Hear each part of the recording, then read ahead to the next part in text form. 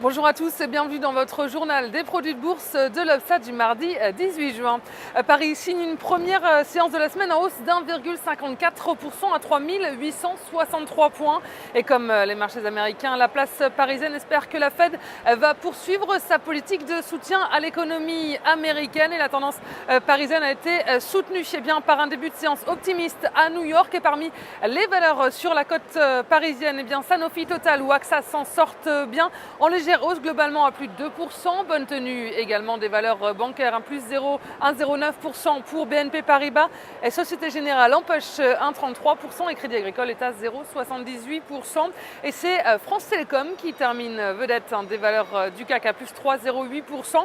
Son patron Stéphane Richard est maintenu à la tête du groupe et reste toutefois sous surveillance. Et fin de séance en hausse également à New York. Après avoir terminé la semaine dernière dans le rouge, Wall Street démarre la semaine sur une note optimiste. Elle place ses espoirs dans la réunion de la Fed qui débute donc aujourd'hui et pour 2 jours. Et les investisseurs espèrent que la Réserve fédérale va clarifier son discours et donne le cap sur l'évolution de sa politique monétaire. Et les marchés s'attendent largement à ce que l'institution réduise ses rachats d'actifs dans les prochains mois.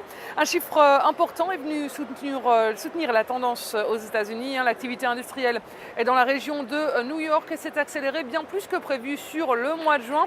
Et hausse également du marché de l'immobilier américain. Le sentiment des promoteurs américains s'est amélioré en juin avec un indice à plus de 50, et ce pour la première fois en 7 ans. Et c'est le signe d'un retour à l'optimisme dans ce secteur aux États-Unis.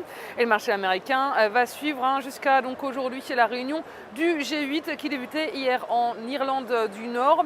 Et à suivre sur le front des valeurs américaines, Netflix grimpe de près de 7% après avoir signé un accord avec les studios d'animation DreamWorks.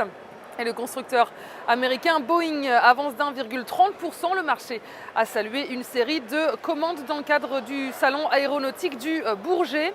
Et les volumes sont en repli sur le marché des produits de bourse avec un peu plus de 21,5 millions d'euros échangés dans une séance de rebond.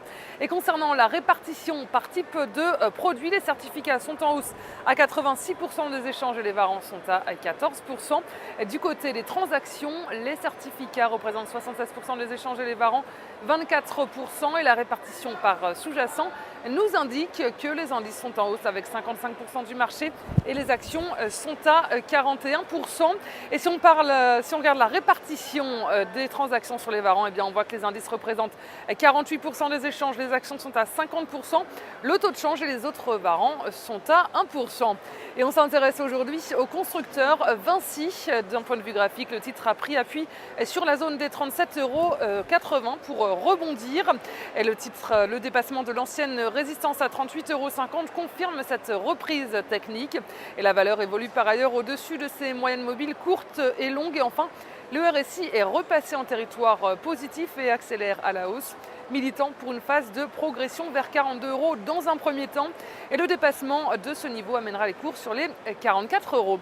Et la stratégie qui vous est proposée pour jouer cette valeur, c'est l'achat du Warrant Call Vinci à 4 966 T d'Unicredit au prix d'exercice de 38 € et d'échéance au 6 décembre 2013. Voilà, c'est tout pour aujourd'hui. Passez une très bonne journée et à demain.